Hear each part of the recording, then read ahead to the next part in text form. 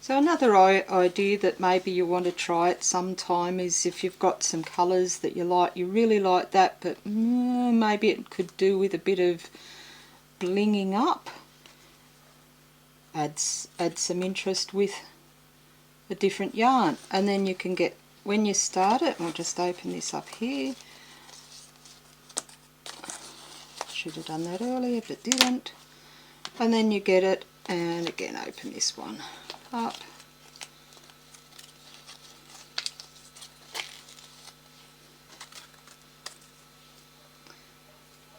And then you hold the two yarns together as if it's just one yarn you're using. And then you can either knit or crochet with now the double thickness. Occasionally it will twist around there like that as you're knitting or crocheting, and to work with it, that doesn't really matter because that gives you extra added interest, extra effect on it.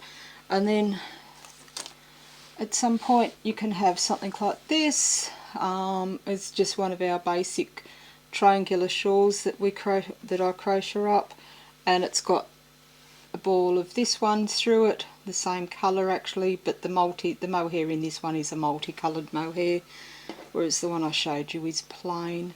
But that doesn't matter, you can mix anything, any 2, 3, 4 yarns together, gives you a different effect and a different way of doing it. So you can also do it with knitting. I'll bring this one in, put those over there. This one, so it's just a long scarf. This one's knitted, again by holding 2 yarns together to make one, and again we've used the iris, which is a nice textured yarn if we have a look at this for the texture. And this one's actually used with a 8-ply acrylic, knitted together as if it's one yarn. So how do you know what size needles and hooks to use? Well, what you would normally use on this one is the 4mm needles, and then this one of course has got an American size on it to confuse me. That doesn't matter. So what you do is you add the 2 needle sizes together and gives you a rough estimate of what you're going to use. So for this one, for example, we've got a standard sock yarn, 4-ply sock yarn. I've got a Super Kid mohair. This one takes, got the needle size on there, if we can see. This one's got the needle size on here. I usually go for the bigger size, the 3.25. Add that to the 2.25, so that gives you what, 4mm. I then go a little bit bigger because that's the effect that you want, and 1 roll of sock wool, and I think I used nearly 2 rolls of that because this is 200 metres, that's 400 metres. So two of the mohair, 1 of the sock yarn, and then it's crocheted together loosely. And by loosely I mean on a bigger hook, not loose stitches. It's even tension, but bigger, slightly bigger than you would normally use. So there's that one for effect. Again with the sock yarn. Now this is a different sock yarn than I made with this one, only because I don't have any more of that one left. Again, you've got the sock yarn. This time we're using a DK 8-ply boucle. Although it's DK, it is thin. So if I can just show you a strand of that over my fingers, how thin that is. And then putting the 2 together on the same item, we get the added effect of the multicolour going through. We've got the added interest of the boucle, and then crocheted together. And what you could do then is you could change the colour of the boucle or the mohair and just working it amongst yourselves, have a bit of fun playing with colour and texture, different styles. Okay, so for when we were talking earlier about knitting 2 strands of yarns together, I've gone and made a piece now so we can talk about it. And what I've done is I've just rummaged out some odd ends of things that I've got in the odds and ends basket, like everyone has an odds and ends basket. So I've picked two colours that work reasonably well together, although on the surface you wouldn't think so.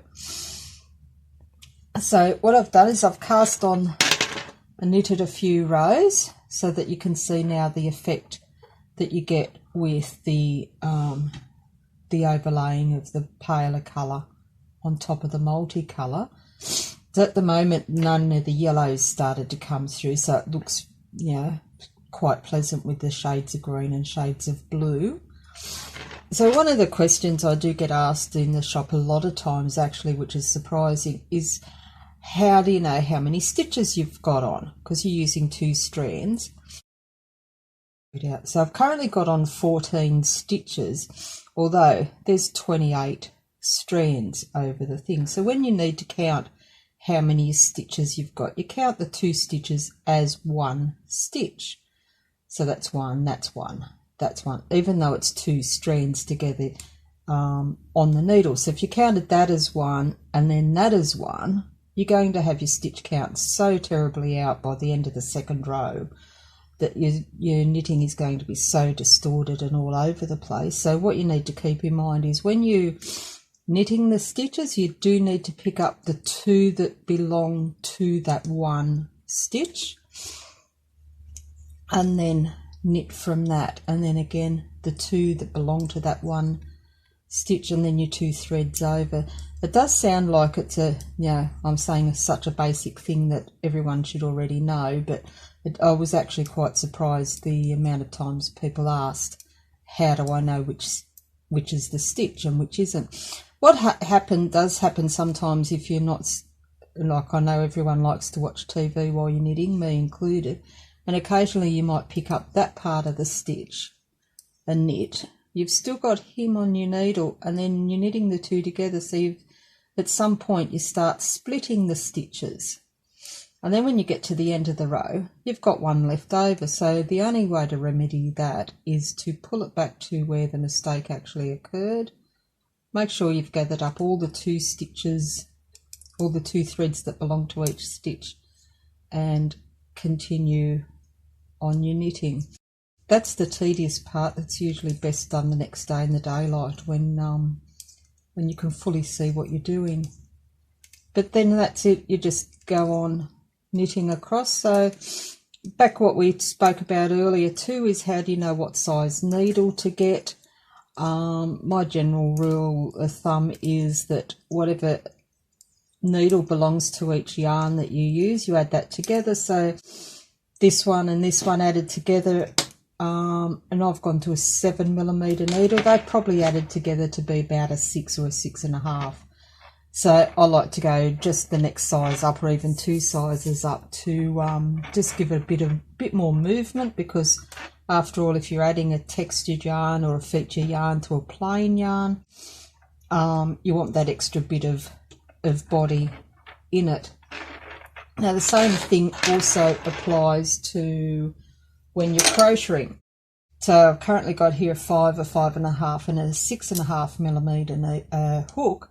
So what I would use for this is a 6.5, and again, and I'll just start this midstream here because I don't want to snap the yarn. I've actually got my mind on using this in another project actually now that I've found it again.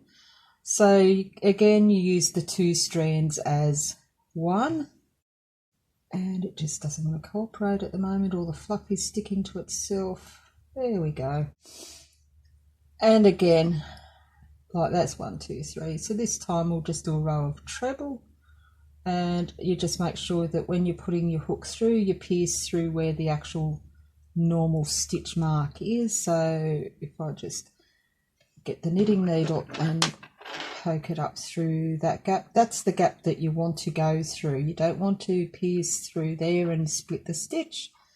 You go through the normal crochet chain gap that you would normally use. So again, going to a bigger hook, And you just keep a nice even tension as you go along, and when you're going.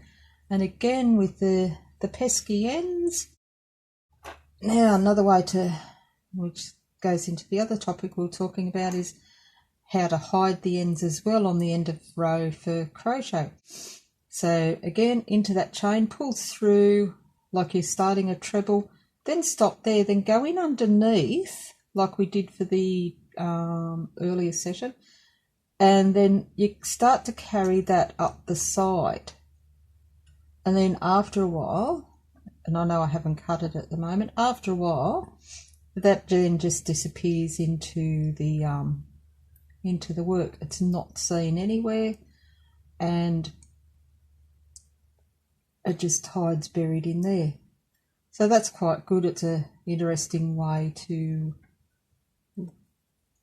make a different yarn out of what you already have, just by putting two or more together to come up with a different texture, different feel, completely different look. So in a way you could actually make two or more jumpers the same, to the same pattern, and just change the background colour. So, and come up with a completely different thing. It's good when you're making little things for the grandkids and have one main background colour and then chop in and out other bits of colour for texture and interest. So that's what we have for that one. Okay, so we spoke earlier about the putting the two colours together and how I used a sock yarn and a mohair on this one. So how did I choose my colours and how do I go about doing that is a big question we always get asked. So sometimes I just come over here. This whole cupboard here has our sock yarn in it. So various brands, various styles, but they're all basically, you can knit a pair of socks or a scarf, shawl, anything you like out of it. So sometimes what I do is a bit like the kids at home when they get home from school and stand there with the cupboard doors open saying, oh, what can I choose? So I'll stand here and think, well, I like these colours, but I've got to steer away from purple, so that's my challenge, is to not do too many more in purple. I'm actually out of the colour that I used on this, so that's going to be a bit difficult for our demonstration, but that doesn't matter. So I've actually thought I would use, if I was to do it again, this nice blue. It's a mix, colour mix, so colour runs the adequate length that we need. Doesn't really matter because it's going to now be overtoned with the mohair that we put with it, or you could use alpaca as well, either one. So we're going now in search of some mohair.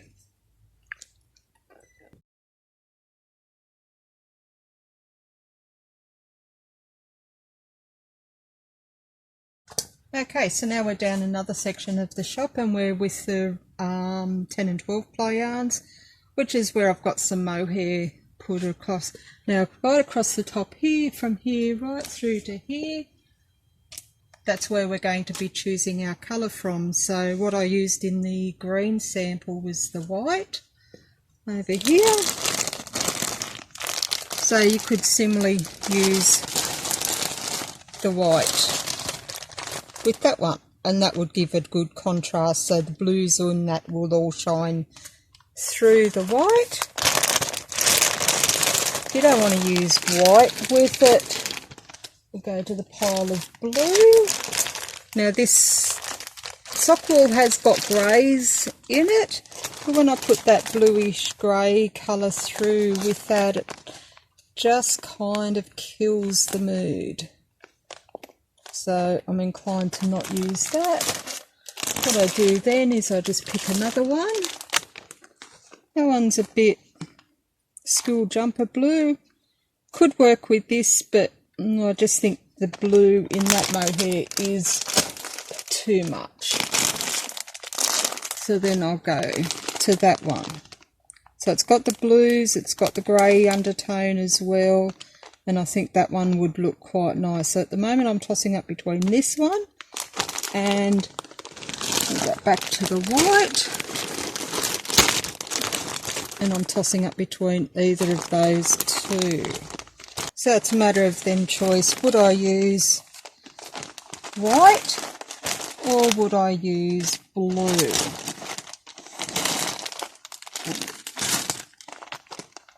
So if I was to use blue, that'd be the blue I would go for in this one.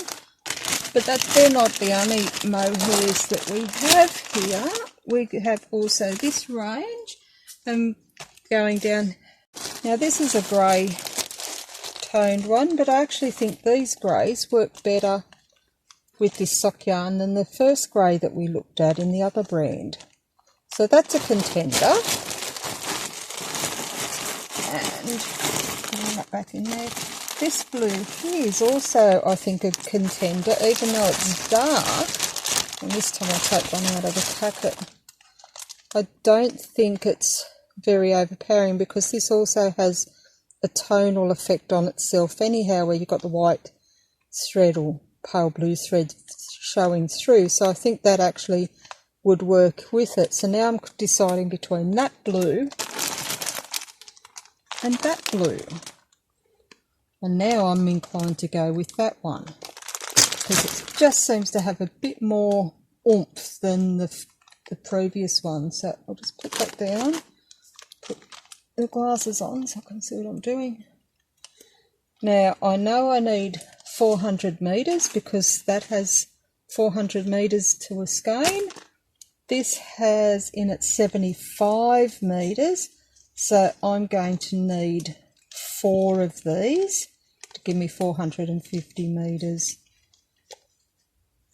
So 4 of those, 1 of those, and you only need to hold one strand of yarn of this and 1 strand of yarn of that together. And when the blue mohair runs out, of course, join in the second ball, then the third and the fourth. So that's how I choose the colours for that one. I'll put this back and then we'll go back and choose some plain colours. So if the sock yarn is plain, what would I put with it to jazz it up a bit? Okay, so I've got a selection of mohairs, 2 different brands of mohair. They're both multicoloured, and now we're back up at the sock yarn, thinking which one would go with that. So because it's a multicolour cake style yarn, the temptation as well would be to put it with that, but then I wonder sometimes, both being multi, would they actually clash? So we're really only wanting to maybe put a bit of body with it to make it a bit thicker. So we need to come down to the bottom shelf here. So what we could do, I suppose, is choose one of these. It's tonal range. That one probably doesn't work with it, but I think this one that I've selected, and that way then that one could work knitted at the same time with the blue. So there's a contender for that one. The other one I chose was the multicolour in the pinks and mauves. So holding that up here to the pink and mauve range. And again, we could put a multicoloured, a variegated one through it. I suppose it depends on what look you're after. So we could use one of those. Again, we could use that, but I think it's going to be Clash of the Titans with it, because I think there's so much happening in that one and in that one at the same time. It might overkill what effect you're trying to make. So with this one, I'm thinking that one looks nice. That matches, because then it'll contrast with these and match with that at the same time. Or you could go for something that's darker. So you've got the tonal range of the purples in there, and that might make it a bit moody, bit